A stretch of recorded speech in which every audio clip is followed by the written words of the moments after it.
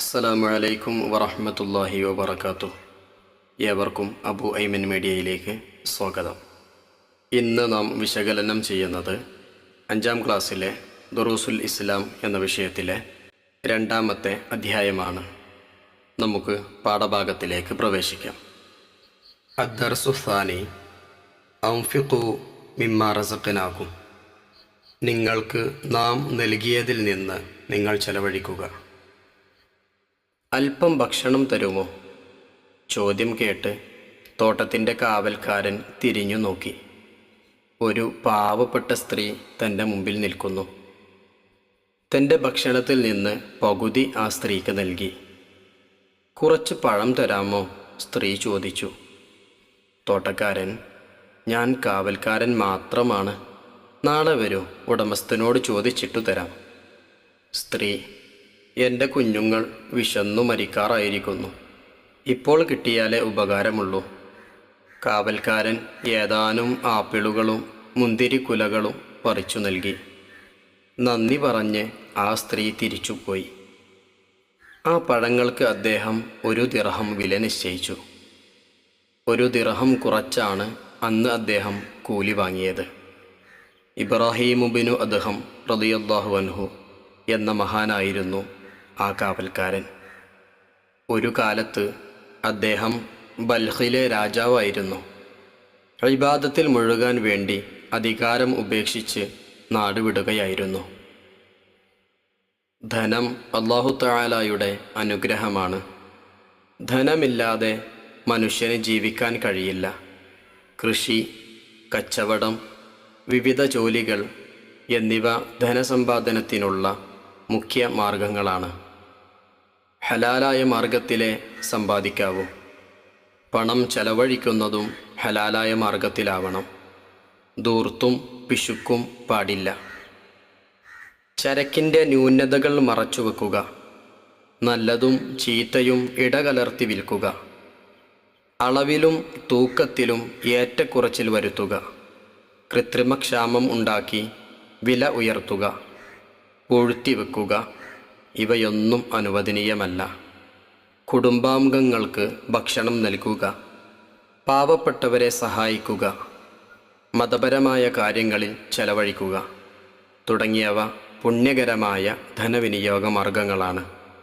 ഹറാമായ കാര്യങ്ങൾക്ക് ചെലവഴിക്കുക, ആവശ്യത്തിൽ കൂടുതൽ ചെലവഴിക്കുക, പൊങ്ങച്ചത്തിനു വേണ്ടി ചെലവഴിക്കുക മുതലായവ അനുവദനീയമല്ലാത്ത ധനവിനിയോഗവും ധൂർത്തുമാണ്. തൊഴിലാളികൾ ഉത്തരവാദിത്വത്തോടെ ജോലി ചെയ്താലേ വേതനം അനുവദനീയമാകൂ. അതുപോലെ തൊഴിലുടമ തൊഴിലാളികളോട് കാരുണ്യത്തോടെ പെരുമാറുകയും കൃത്യമായി വേതനം നൽകുകയും വേണം. എങ്കിലേ അയാളുടെ സമ്പാദനം ഹലാലാകൂ. പലിശ, ലോട്ടറി, ചൂതാട്ടം മുതലായവയെല്ലാം ഹറാമാണ്. മാ നഖസത്ത് സ്വദഖത്തുൻ മിൻ മാൽ. ദാനധർമ്മം സമ്പത്തിനെ ചുരുക്കുകയില്ല. ഇനി നമുക്ക് തദ്രീബാത്തിലേക്ക് പ്രവേശിക്കാം. ആദ്യ വർക്ക് നഖ്റഉ വ നഫ്ഹമു. നമുക്ക് വായിക്കാം, നമുക്ക് ഗ്രഹിക്കാം. ഐനബ് മുന്തിരി. ഹാരിസ് കാവൽക്കാരൻ. സിറാഅ കൃഷി. ഇയാൽ കുടുംബം. തിജാറ കച്ചവടം. മിമ്മാ റസഖ്നാകും നാം നിങ്ങൾക്ക് നൽകിയതിൽ നിന്ന്. ഇബ്രാഹീമുബ്നു അദ്ഹം റളിയല്ലാഹു അൻഹു പ്രസിദ്ധനായ ഒരു സൂഫി വര്യൻ. തുഫാഹ് ആപ്പിൾ. മാൽ ധനം. റിബ പലിശ.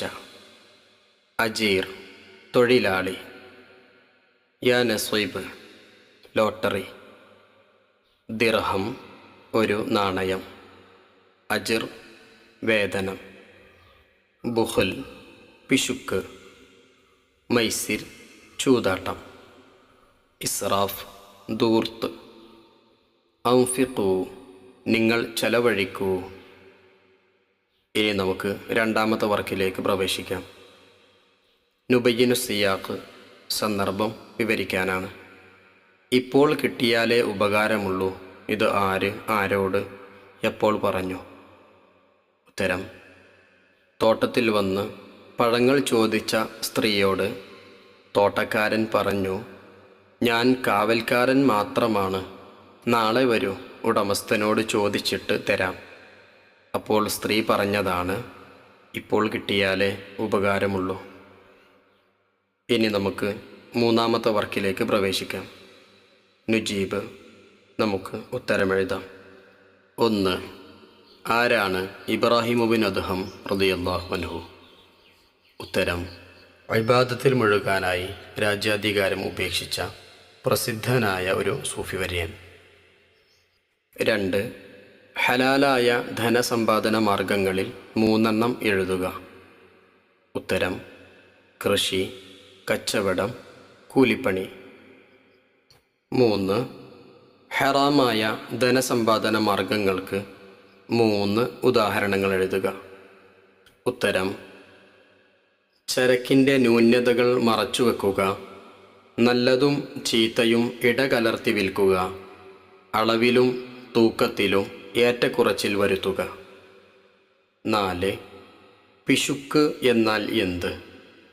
ഉത്തരം: ആവശ്യത്തിന് ചെലവഴിക്കാതെ പണം പൂഴ്ത്തിവെക്കലാണ് പിശുക്ക്. 5. ധൂർത്ത് എന്നാൽ എന്ത്? ഉത്തരം: ആവശ്യത്തിൽ കൂടുതലും പൊങ്ങച്ചത്തിന് വേണ്ടിയും പണം ചെലവഴിക്കലാണ് ധൂർത്ത്. 6. വേതനം ഹലാലാകാൻ തൊഴിലാളി എന്തു ചെയ്യണം? ഉത്തരം: ഉത്തരവാദിത്തത്തോടെ ജോലി ചെയ്യണം. 7. സമ്പാദ്യം ഹലാലാകാൻ തൊഴിലുടമ എന്തു ചെയ്യണം? ഉത്തരം: തൊഴിലാളികളോട് കാരുണ്യത്തോടെ പെരുമാറുകയും കൃത്യമായി വേതനം നൽകുകയും വേണം. ഇനി നമുക്ക് 4ാമത്തെ വർക്കിലേക്ക് പ്രവേശിക്കാം. നുഇദ്ദു ഫിഖറ. പാരഗ്രാഫ് തയ്യാറാക്കാനാണ്. 1. ധൂർത്ത്. ധൂർത്ത് പാടില്ല എന്ന് ഖുർആനിലും ഹദീസിലും കർശനമായി ഉപദേശിച്ചിട്ടുണ്ട്. അത് സത്യവിശ്വാസിക്ക് ചേർന്നതല്ല.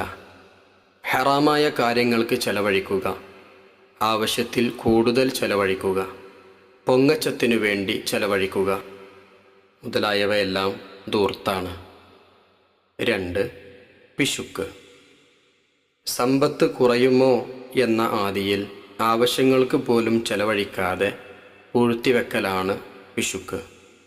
ഏറെ അപകടകാരിയായ മനുഷ്യഹൃദയത്തെ ബാധിക്കുന്ന ഒരു അവസ്ഥയാണ് ഇത്. പിശുക്കിനെതിരെ പ്രമാണങ്ങൾ താക്കീത് നൽകിയിട്ടുണ്ട്. ഇത് ദുഷിച്ച സ്വഭാവവും ചീത്ത പ്രകൃതിയുമാണ്. ഇനി നമുക്ക് 5ാമത്തെ വർക്കിലേക്ക് പ്രവേശിക്കാം. തഖ്സീസ്. 1. നിങ്ങളുടെ നാട്ടിൽ വിവാഹാഘോഷവേളകളിലും മറ്റും നടക്കുന്ന ധൂർത്തിനെക്കുറിച്ച് ഒരു റിപ്പോർട്ട് തയ്യാറാക്കി ക്ലാസ്സിൽ അവതരിപ്പിക്കുക. നോക്കാം.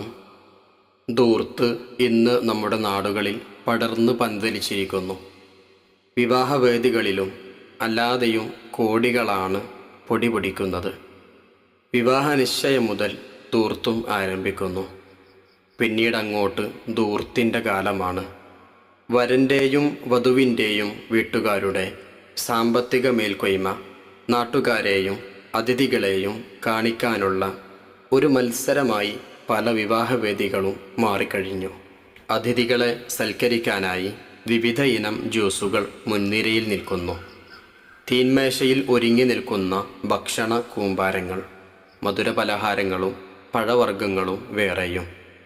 1000 അതിഥികളുള്ള സൽക്കാരത്തിന് തയ്യാറാക്കിയത് 2000 അതിഥികൾക്കുള്ള ഭക്ഷണം. കഴിച്ചും കഴിക്കാതെയും ബാക്കി വച്ച ഭക്ഷണങ്ങൾ ചവറ്റുകൊട്ടയിലും. പണക്കാരൻ കാണിക്കുന്നത് കണ്ട് പാവപ്പെട്ടവനും അനുകരിക്കാൻ തുടങ്ങിയതോടെ പലരും വലിയ കടക്കണിയിൽ അകപ്പെടുന്നു. ഒരു നേരത്തെ അന്നത്തിന് വകയില്ലാതെ കഷ്ടപ്പെട്ട നമ്മുടെ പൂർവികരെ ഓർത്തുപോകുമ്പോൾ മനസ്സിന് വല്ലാത്ത ഒരു നോവ്. 2. അഗതികളെ സഹായിക്കൽ.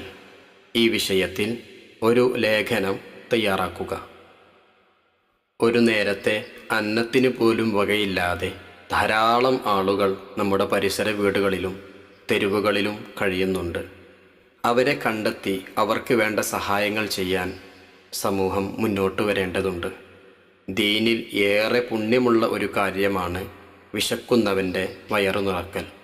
ഒരുപക്ഷെ നമ്മുടെ മുമ്പിൽ യാചിച്ചു വരുന്നവർക്ക് എന്തെങ്കിലുമൊക്കെ നാം നൽകിയേക്കാം.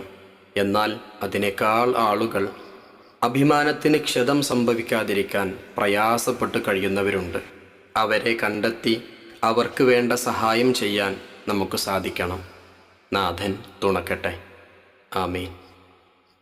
ഇതോടെ 2-ാം അധ്യായവും അതിൻ്റെ തിരിഭാഗത്തും നാം വിശകലനം ചെയ്തു. നാഥൻ സ്വീകരിക്കട്ടെ. അസ്സലാമു അലൈക്കും വറഹ്മത്തുള്ളാഹി.